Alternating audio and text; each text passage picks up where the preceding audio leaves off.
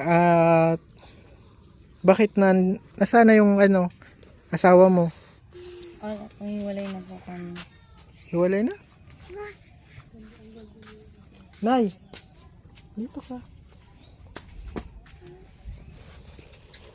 Naghiwalay na daw ito sa asawa niya. Opo, hiwalay na po yan. Anong nangyari ate? Anong nangyari at naghiwalay kayo? Nagka-problema po sa kanila. Nag-away po kasi sila ng tatay niya. Tapos, nagpaalam po ako sa kanya na magbibisita kami dito. Hindi naman po siya nagpayag. Pero tumuloy pa rin po kami. Sabi niya po kasi kapag nagbisita po ako dito, Ano? hiwalay na po kami. Pagbisita po dito.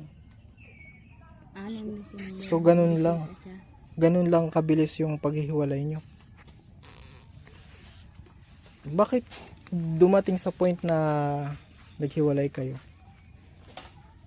Siya din naman po nagdesisyon. Bakit nga? Bakit nga napagdesisyon na maghiwalay kayo? Akyan mo,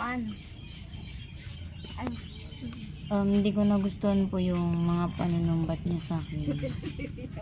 Kaya doon kami kasi ayoko naman po yung sinasaktan niya ako tapos mumurahin.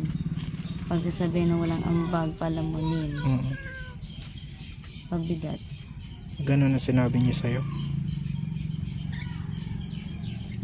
Oh, yun lang? Yun lang po. Ano pa yung hindi mo nagustuhan sa kanya? Yung pag inuutusan ko siya, ayaw niya na inuutusan ko siya kasi sabi niya pagod daw siya. Sabi ko naman may magpapaabot lang naman ako eh. Tapos yung inutusan ko siyang magtanggala ng electric pan, sinira niya yung electric pan. Tapos sabi niya kahapon, nung hapon na mag-alis daw kami. Napalayas na po kami. Pinalayas ka talaga? Pero di man po kami pinapalis ng magulang niya. Tapos, ano yung may nagawa ba yung ano pa yung nagawa? Yun Yung na po, asawa tapos mo? nakainom po siya. Tapos yun, sabi ko, di ko naman sinusumbatan yung magulang niya. Nag-uusap kami ko. Tinanong tatay niya kung anong nangyayari sa taas. Di sinabi ko, in-expect niya, nag-away kami ng magulang niya. Di sinugod niya ako sa baba. Tapos, inumpog niya po ako sa padera. Oo. Inumpog ka? Medyo foul na yun Inumpog ka ng sarili mong asawa. Ayun. Ano pa yung wala na bang ibang ginawa Wala siya? na. Hindi ba siya nagkaroon ng babae? Ay, nagkaroon. Meron siyang babae? Meron na po. So kaya kanya binubugbog, nasasabihan ng masama kasi meron na siyang iba. Ganon. Maybe ganon yung reason. So parang hindi kanya na mahal. Ganon. Paano naman yung anak nyo? Ang kasundo lang po namin kasi magsustento siya. Kasi papalayaan ko naman siya kung saan ang gusto niya. Magsustento lang. Magsustento lang naman. Yun lang gusto mo. Ana Josephine, ito na pala yung anak mo, no? Opo. Oh, panganay. Opo. Ngayon nandito na siya sa inyo. Ngayon, anong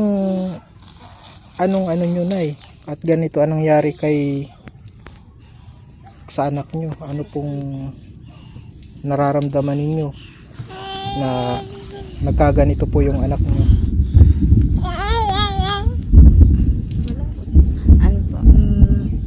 Nasasaktan din po, malungkot sa nangyari po sa kanya. May mensahe ka ba doon sa pamilya nung asawa niya? Wala.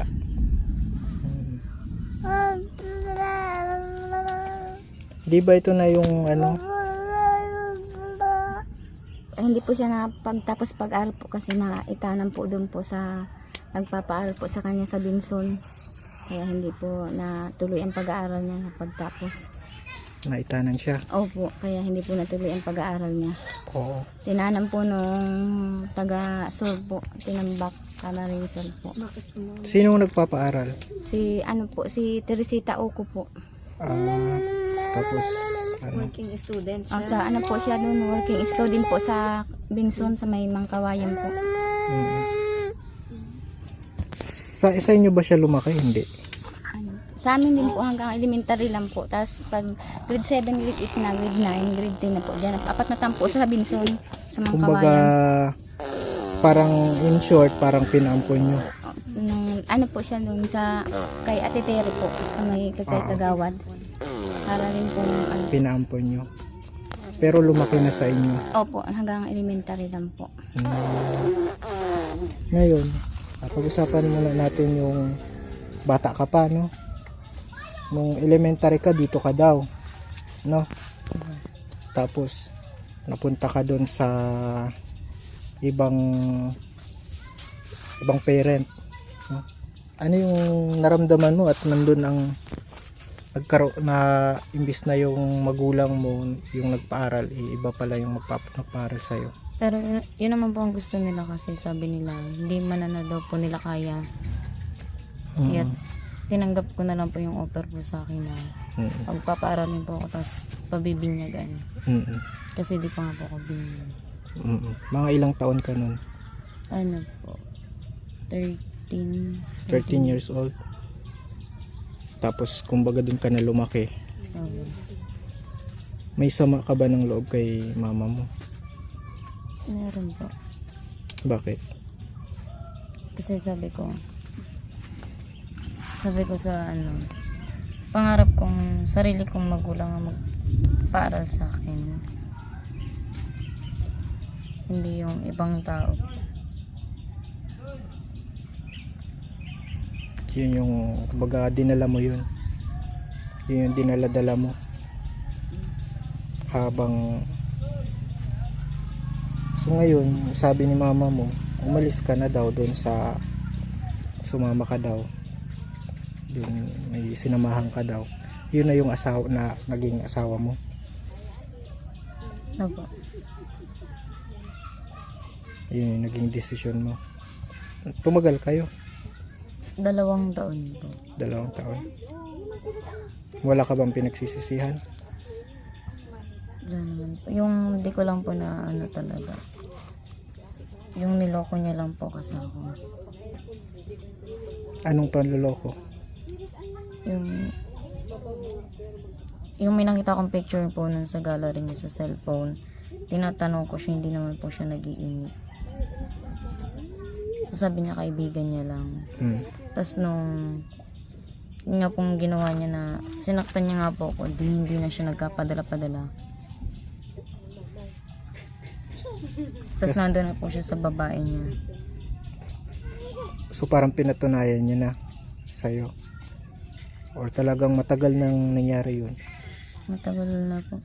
Simula nung November kami umuwi dito, tapos hinatid niya rin po kami dito nung December 3. Tapos doon na po yung nangyari na nanliligaw na siya doon sa babae sa office, sa katrabaho niya po, sa Binson. Nanligaw na siya kahit may asawa siya. Pero pinagsasabihan naman po sila ng mga katrabaho niya na may asawa daw po yun. May anak. Pero hindi pa rin po sila tumitigil. So yun yung masakit.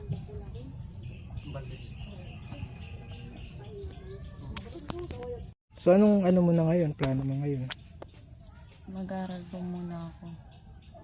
Yun lang po. Mag-aral. Galit ka ba dun sa asawa mo? Kasi ang akin na po, sabi ko kahit naman niloko mo ko, sana naman magsustento ka sa anak mo.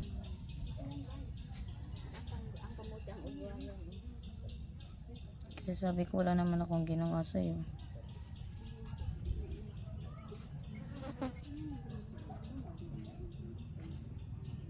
Yun yung gusto mo. Ano yung pinaka message mo sa kanya kung mapanood niya ito?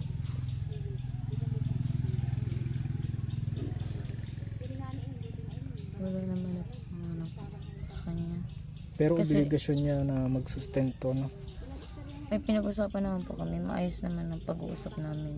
Ang hindi ko lang gusto, ang hindi ko lang tanggap po, yung hindi siya tumupad sa usapan namin. Na hindi siya nagsustento. Kasi sabi niya naman, ganun din naman daw yung ginawa nung ate niya sa dalawang pamangkin niya na hindi naman daw nagpadala simula nung iniwan. Hindi ginagaya niya nga rin po. Ay, hindi naman pwedeng ganun. Sinabi ko na nga rin po yun sa kanya. Sabi ko, ba't gagayahin mo rin? Sabi ko, parang wala ka rin parang pinagkaiba sa ate mo. Tapos sabi ko, tama sa bandang huli. Tapos yung nanay pa ng pamangkin mo, manghihingi ng tulong dun sa anak niya. Mas pinili pa niyang sumama dun sa lalaki niya kaysa alagaan niya yung dalawa niyang anak. So sabi ko, iba naman yun sa kanila, iba naman yung sa atin. Sabi ko sa kanya, alam mo hindi ko tanggap na niloko mo ko, pero ang akin lang naman, ihatid mo kami na maayos sa amin, tapos para alam ni mama kung bakit hinatid mo kami, tapos magsustento ka po ng maayos. Yun lang naman eh. So, ganun na. So, meron na din siyang iba. Meron na rin. Gaano kasakit yung ginawa niya sa'yo?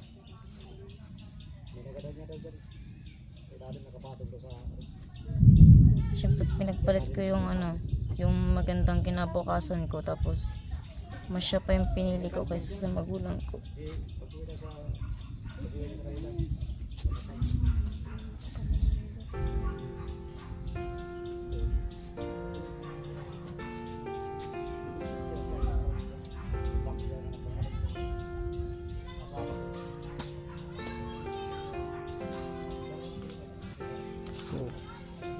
So, yung masakit kasi siya yung pinili mo. Tapos, sa huli pala, sasaktan ka niya. Inuntog niyo yung ulo mo, masakit yun eh. Pero mas masakit yung nang babae siya.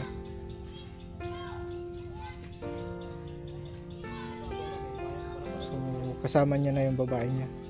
Malaya na siya.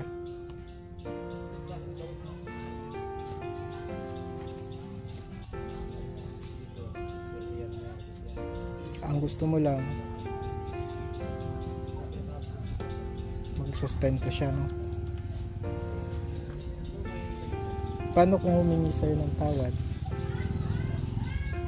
Magbalik sa'yo, tatanggapin mo pa ba? Mapapatawad ko siya, pero sabihin na natin na magkakabalikan din din.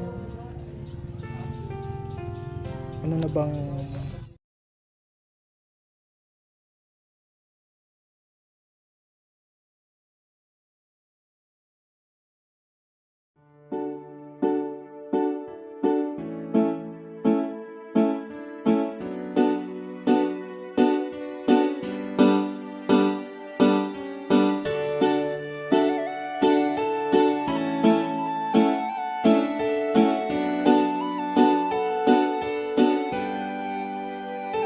Siya ang kaibigan nyo, palaging malalapitan nyo. Walang ibang hangat kundi ang magpasaya ng kapong Pilipino. Kahit anong problema, siya ang lagi nyong makakasama. May Kalingap Alvin, kayo na kaibigan, masasandalan pag inyong kailangan. Walang ibang hangat kundi ang magpasaya sa kanyang mga kababayan na nangangailangan. Kahit masama ang tingin ng iba, hindi mag-iiba ang pagbibigay niya ng ligaya sa kanyang mga kapwa. Meron kayong masasandalan, palagi niyong makakapitan. Isang Bicolanong may mabuting kalooban, sumama ka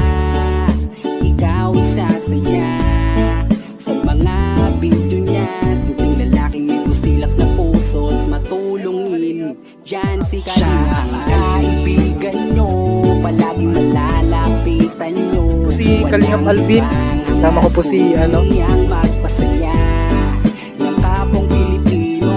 Kahit anong problema, siya ang lagi nyong makakasama. May Kalingap Alvin, kayo na kaibigan, masasandalan pag inyong kailangan. Hindi magdadalawang isip na kayo ay tulungan, hindi mag-aalinlangan para sa kanyang kababayan. Hindi magsasawa, hindi magbabago, basta Kalingap Alvin makadiyos at makatao. Mabait, masipag na palagi nandito, mabuting Ayan mga Kalingap, good morning. hindi magsasawa, palagi niyong makakasama. At puntahan po namin si Lola Mamerta, parang si Lola Damiana na nangungula. Sumama ka, ikaw isasaya sa mga video niya. Simpleng lalaking may busilak na puso. Ayan mga Kalingap, good morning po, and today po Yan kami siya ang kaibigan nyo, palaging malalapitan nyo.